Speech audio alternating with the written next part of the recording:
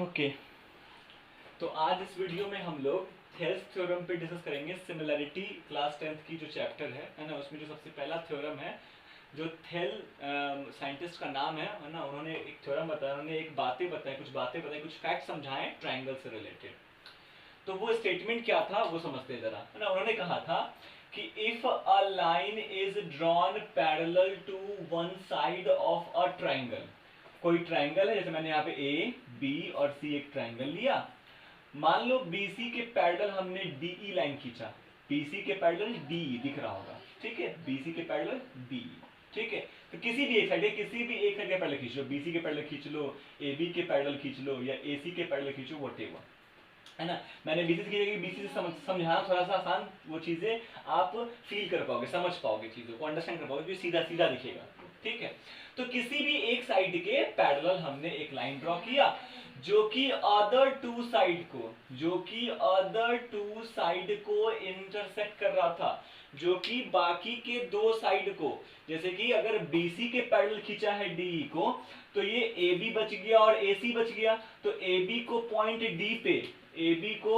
Point D पे intersect कर रहा था और AC को पॉइंट E पे इंटरसेक्ट कर रहा था। दो अलग अलग पॉइंट पे D और E पे इंटरसेक्ट कर रहा है ये, ठीक है। तो थेल साहब ने बताया कि भाई, है ना, क्या होता है ऐसा जब होगा, अगर पैरेलल है, अगर किसी एक साइड के पैरेलल है, तो जो बाकी दो साइड को वो दो हिस्से बांट रहा है, उन दोनों ही हिस्से का अगर आप रेशियो निकालोगे, the other two sides are divided in the same ratio, मतलब AB बटा दो हिस्से में, AD में और DB में, AC बटा दो हिस्से में, AE में और EC में, है ना। तो AD बाई DB करो और AE बाई EC करो, AD बाई DB और AE बाई EC दोनों क्या होंगे, आपस में बराबर होंगे। इसी बात को वेरीफाई करना है, प्रूफ करना है, थेल साहब ने इसी को बताया था, इसी को प्रूफ किया था। एक और इंपॉर्टेंट बात, इस पूरे स्टेटमेंट को शॉर्टकट में एग्जाम में सीधे बोल देगा state and prove Thales theorem, state and prove Thales theorem, या फिर ये पूरा स्टेटमेंट भी लिख सकता है, state and proof this fact, या फिर इसी का एक और नाम है बेसिक प्रोपोर्शनलिटी थ्योरम, है ना। जब दो रेशियोज आपस में होते हैं बराबर, इसको प्रोपोर्शन कहते हैं, क्लास 6 की बात है। जब दो रेशियोज आपस में बराबर तो वो प्रोपोर्शन होता है, ठीक है, इसीलिए इसको बेसिक प्रोपोर्शनलिटी थ्योरम भी कहते हैं। तो ये भी उसका एग्जामिनेशन में कि state and prove basic proportionality theorem भी कहा जा सकता है, कोई भी नाम से ही आ सकता है। तो ये बातें हमको प्रूव करनी है। अब प्रूव करने के लिए हमने कंस्ट्रक्शन क्या किया है, तो हमने क्या किया, एक लाइन DM खींचा परपेंडिकुलर टू A से लेके E पे, D से DM एक परपेंडिकुलर खींचा, और ठीक वैसे ही E से लेके N परपेंडिकुलर खींचा है AD के ऊपर। A से D के ये जो लाइन है, इसके ऊपर E से N एक परपेंडिकुलर खींच दिया है, ठीक है।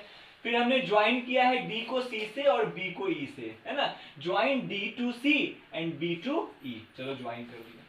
ऐसा करने से हमारे पास ट्रायंगल तो बहुत सारे बन रहे हैं, लेकिन हम उन ट्रायंगल्स पे काम करेंगे जिन ट्रायंगल में ये सभी साइड्स हमको दिख रहे हैं, है ना, बेस के रूप में, ये सभी साइड्स हमको बेस के रूप में दिख जाए, उन ट्रायंगल्स पे काम कर लेंगे।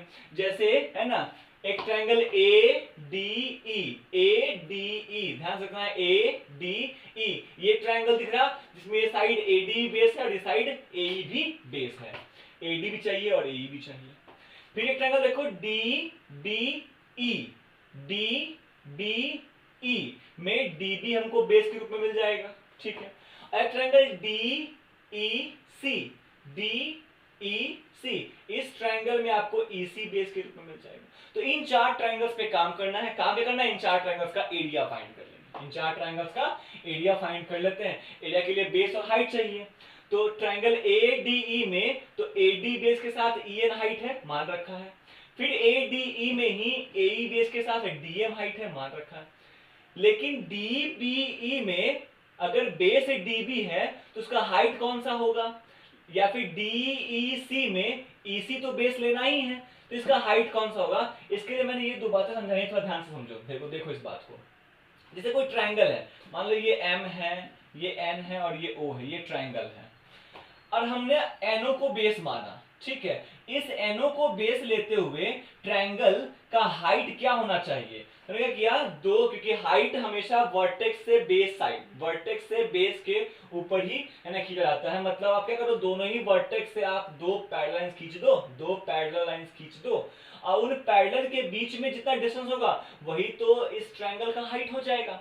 आई थिंक समझ में आई बात। मैंने क्या बोला है ना, वर्टेक्स से ऊपर नीचे ना, ट्रायंगल में 3 होते हैं वर्टेक्स, तो एक जरूर ऊपर होगा और 2 नीचे होने वाले हैं। उन वर्टेक्स से आपने 2 पैरेलल लाइन ड्रॉ कर दिए, 2 लाइंस आपने पैरेलल ऐसे ड्रॉ कर दिए। अब उन पैरेलल के बीच में जो हाइट होगी, क्योंकि इन्हीं पैरेलल के बीच में तो वो ट्रायंगल है, इन्हीं पैरेलल्स के बीच में वो ट्रायंगल है, ठीक है। तो किसी एक पैरेलल लाइन पे ट्रायंगल का बेस आ जाएगा, ठीक है, दूसरे वाले पे उसका एक वर्टेक्स हो जाएगा, और उनके बीच में जो हाइट होगा पैरेलल्स के बीच में वही हाइट तो ट्रायंगल का भी हाइट होगा, ठीक है। इसको बोलते हैं exterior height of a triangle with base NO। NO हमारा बेस हो जाएगा और ये जो हाइट है ये एक्सटीरियर हाइट है, ठीक। ये इंटीरियर है, यहाँ पे देखो ये ABC और ये वाला हाइट इंटीरियर हो गया अंदर में, जो कि हम लोग को समझ में आता है, हम लोग यूजलेस को देने के लिए। लेकिन यही हाइट तो यहाँ भी है, सेम ए है ना। मान लो ये AD हाइट, AD हाइट तो ये भी हाइट है, AD हाइट तो ये क्योंकि सेम पैरेलल्स के बीच में है। समझ में आई बात ना। तो अगर सेम पैरेलल्स के बीच में होगा, अगर कोई ट्रायंगल सेम पैरेलल्स के बीच में है, तो जो सेम पैरेलल्स के बीच की हाइट होगी वही हाइट तो उस ट्रायंगल की भी हो जाएगी। आई थिंक बात समझ में आ रही होगी। इसका मतलब ये एक्सटीरियर हाइट जो होगा इस बेस के, ध्यान से देखो, इस बेस के एक्सटेंशन पे जो हाइट है वो हाइट हम इस ट्रायंगल के लिए पिक कर सकते हैं। NO के एक्सटेंशन पे जो हाइट पड़ेगा वो हाइट हम इस ट्रायंगल के हाइट के रूप में अज्यूम कर सकते हैं। तो दिख रहा होगा DB के एक्सटेंशन पे, DB लाइन है ना, ये DB लाइन हो गया है ना, इसी के एक्सटेंशन पे तो EN आया हुआ है। वैसे ही EC लाइन है और EC लाइन है और इसी के तो एक्सटेंशन पे DM आया हुआ है। आई थिंक बात समझ में आई होगी, है ना, ठीक है। तो हमारे पास सभी ट्रायंगल के बेस और हाइट मौजूद है ना। ADE का साफ साफ दिख रहा था, DBE और DEC के लिए मैंने आपको इस तरह से समझाया, बहुत आसानी से समझ में आ गया हुआ आई थिंक, ठीक है, क्लियर है। तो सारे ट्रायंगल्स का बेस हाइट मौजूद है, हमने सभी ट्रायंगल्स का एरिया फाइंड कर लिया। एक बार एरिया ऑफ ट्रायंगल AD निकाला, बेस AD और हाइट EN के साथ, half into AD into EN। फिर एरिया ऑफ ट्रायंगल AD ही निकाला है ना, विथ बेस AE और DM।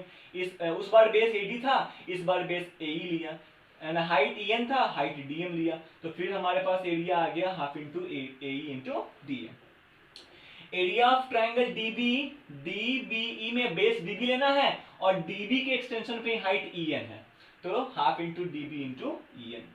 वैसे ही एरिया ऑफ ट्रायंगल DEC में EC हाइट लेना है और EC के एक्सटेंशन पे है आपका हाइट DM, तो half into EC into DM, ठीक है। ये हमारे पास 4 ट्रायंगल्स अवेलेबल हो गए। आई थिंक ये बात क्लियर हुई होगी कि कैसे हमने ट्रायंगल्स के एरियाज को फाइंड किया था, ठीक है, क्लियर है,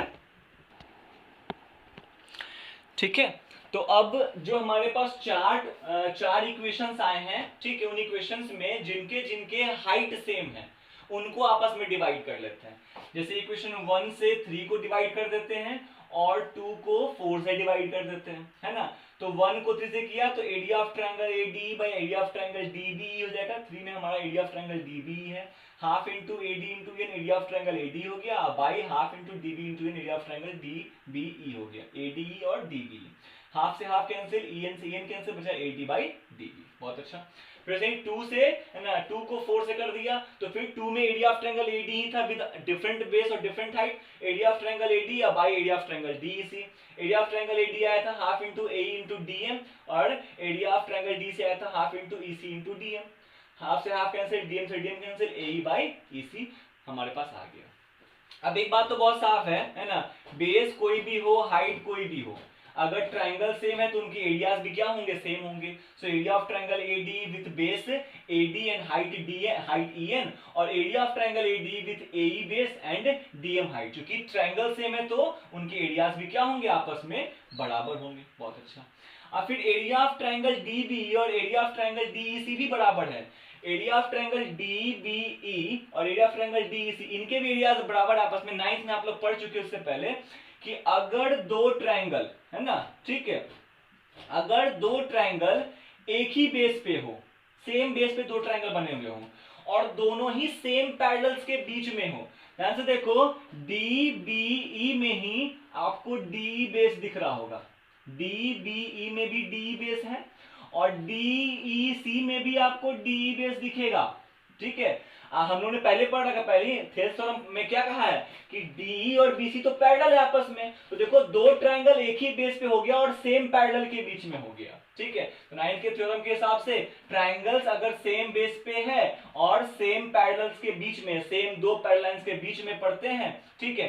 पैरेलल लाइंस के बीच में पड़ने का मतलब कि एक लाइन पे उसका वर्टेक्स हो, मतलब एक लाइन पे उसका बेस हो, अब दूसरे लाइन पे ट्रायंगल्स